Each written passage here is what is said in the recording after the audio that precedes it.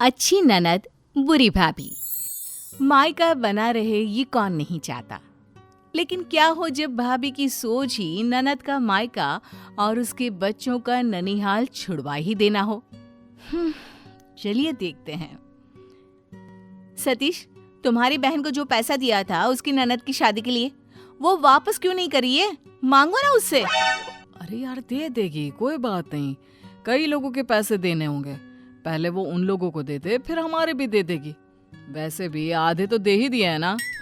आधे मतलब? अरे तुम मुझे अपना फोन दो, मैं मैसेज करती हूँ। बड़ी ही अजीब है। पैसे की जरूरत थी तो एक बार में मैंने पैसे दे दिए, अब वापस लेते वक्त कितनी मिन्नतें करनी पड़ रही है। सतीश को अपनी बहन के ससुराल का हाल पता था। वो चाह रहा था कि वो बहन से पैसे का तकाजा ना ही करे। अरे जीवन चल रहा है ना ठीक से। मीना के पास पैसे आएंगे तो दे देगी, अभी तो कई लोगों के पैसे उतारने हैं उसे। ठीक है ना, कम से कम रिमाइंडर तो डाल दूं। दो अपना फोन। सुमेधा पति के फोन से ननद को मैसेज डाल देती है। मैसेज की भाषा देखकर मीना समझ जाती है कि मैसेज भाई ने नहीं बल्कि भाभी ने डाला है। तो उधर मीना, नहीं दूंगी, एक पैसा नहीं दूंगी। अरे बोलने का तरीका होता है, ये कैसी भाषा में बात कर रही है? बताया तो था कि पहले ब्याज वालों का पैसा दे दूं, फिर आपका दे दूंगी, लेकिन नहीं। अरे क्या हो गया बहू, क्यों परेशान सी लग रही है? कुछ नहीं माँ जी, बस। अरे मैं जानती हूँ बेटा, तू परेशान है, क्या हुआ बता। मीरा सास को सारी बात बता देती है। अरे कैसा भाई है तेरा, बहन की मुसीबत समझता है फिर भी तकाजा कर रहा है। अरे देना तो है ही ना पैसा उसका। ला मैं बात करती हूँ। नहीं नहीं माँ जी, ये भाई ने नहीं भाभी ने किया है मैसेज। अरे जब भाई बहन में बात हो रही हो तो भाभी को क्यों बीच में बोलना चाहिए? पैसे होते तो अभी दे देते। माँ जी आप परेशान ना होइए, मैं भाई से बात करूंगी। मीरा सोचती है कि वो भाई से बात करेगी। वो भाई को फोन करती है तो सुमेधा फोन उठाती है। हाँ मीरा, कैसी हो? अरे बड़ी दिक्कत हो रही है, पैसे की जरूरत है। तुम तो जानती हो कि तुम्हारे भाई की कंपनी कैसी है, और फिर पैसे भी तो नहीं है ना हम लोगों के पास। अब प्लीज पैसे दे देना, ठीक है? फोन रखती हूँ। मीरा बोलना चाह ही रही थी कि पैसे तो अभी उसके पास भी नहीं है, जैसे आएंगे वो दे देगी, लेकिन भाभी ने तो उसकी बात सुने बिना ही फोन रख दिया।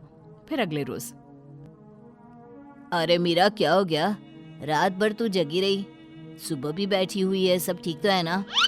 अरे मुझे पता है उसका क्या टेंशन है, भाई के पैसे लौटाने हैं ना। अरे तो दे देंगे ना भैया के पैसे, बस ये 2 महीने और, मैं बात कर लेता हूँ भैया से।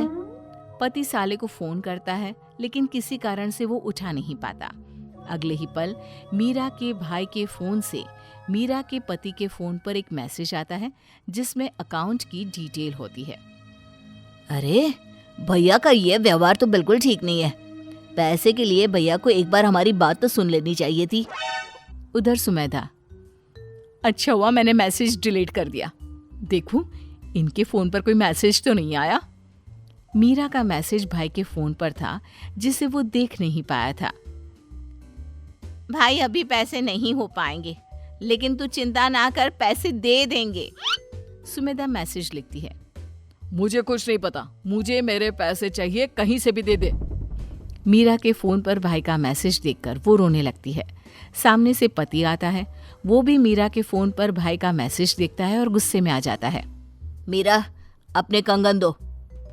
क्यों, मेरे कंगन का क्या करोगे? मैं उसे गिरवी रखकर तेरे भाई के पैसे दे दूंगा। मीरा भी पति की बात मानती है और कंगन दे देती है।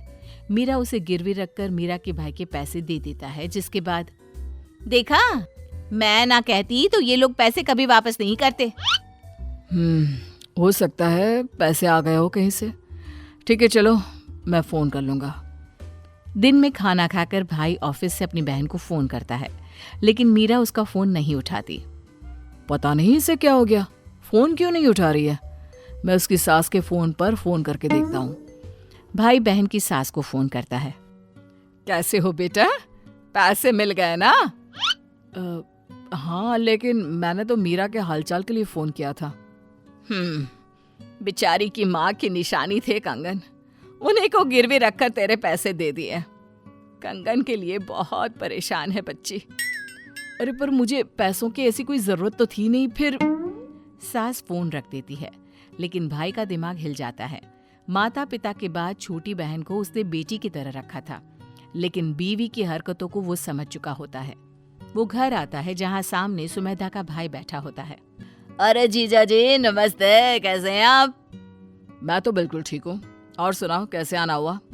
वो दीदी ने बुलाया था, काम शुरू कर रहा हूँ ना, तो उसी के लिए पैसों की जरूरत थी। तो हाँ जी, आप आ गए। वो क्या है ना, मेरे भाई को पैसे की जरूरत है, तो जो मीरा के पास से पैसे आए ना, वो इसे दे दीजिए।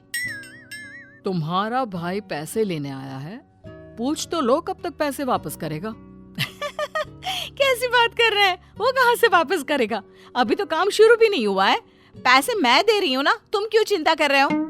अच्छा, तो फिर ये जो हार पहना है ना तूने अपने गले में, बेच दो उसे, दे दो अपने भाई को पैसे।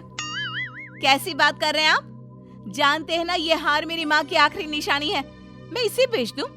अरे एक बेटी मर जाएगी, लेकिन माँ बाप की आखिरी निशानी कभी अपने से अलग नहीं होने देगी, समझे? तो फिर मीरा पर पैसे वापस देने का दबाव क्यों डाला, बोलो? सुमेधा को समझ में आ जाता है कि पति के सामने सारा पर्चा खुल चुका है। मेरे भाई को पैसे चाहिए थे, उसे भी तो जरूरत है ना। वो तो मैं ऐसे भी दे सकता था, उसके लिए मीरा से तकाजा करने की क्या जरूरत थी? मैसेज क्यों किया उसे? सुमेधा घबराकर हकलाकर कहती है, कैसी बात कर रहे हैं? मैंने कोई मैसेज नहीं किया। अच्छा, तो उसके पास मेरा अकाउंट नंबर कहाँ से आया? देखो सुमेधा, मैं जो कमा रहा हूँ उसमें जितना हक तुम्हारा और बच्चों का है, उतना ही मेरे माँ बाप और भाई बहन का भी, समझी? पर हाँ, मेरे माता पिता ने मुझे इसलिए नहीं पाला पोसा कि जब मैं कमाने लायक हो जाऊं तो उन लोगों से भी पैसों का तकाजा करो। अब बेचो अपना हार और दे दो अपने भाई को पैसे। नहीं नहीं, मैं अपने मम्मी पापा की आखिरी निशानी नहीं खो सकती। तो मेरी बहन मीरा ने भी अपनी माँ के कंगन गिरवे रख दिए हैं मुझे पैसे वापस लौटाने के लिए। सुमेधा को समझ में आ चुका होता है कि उससे क्या गलती हुई। वो ननद की कंगन छुड़वाकर उसे पहनाती है और हमें कोई पैसे नहीं चाहिए मीरा, आगे भी तेरा भाई तेरे लिए हमेशा तेरे साथ खड़ा होगा, मुझे माफ कर दे।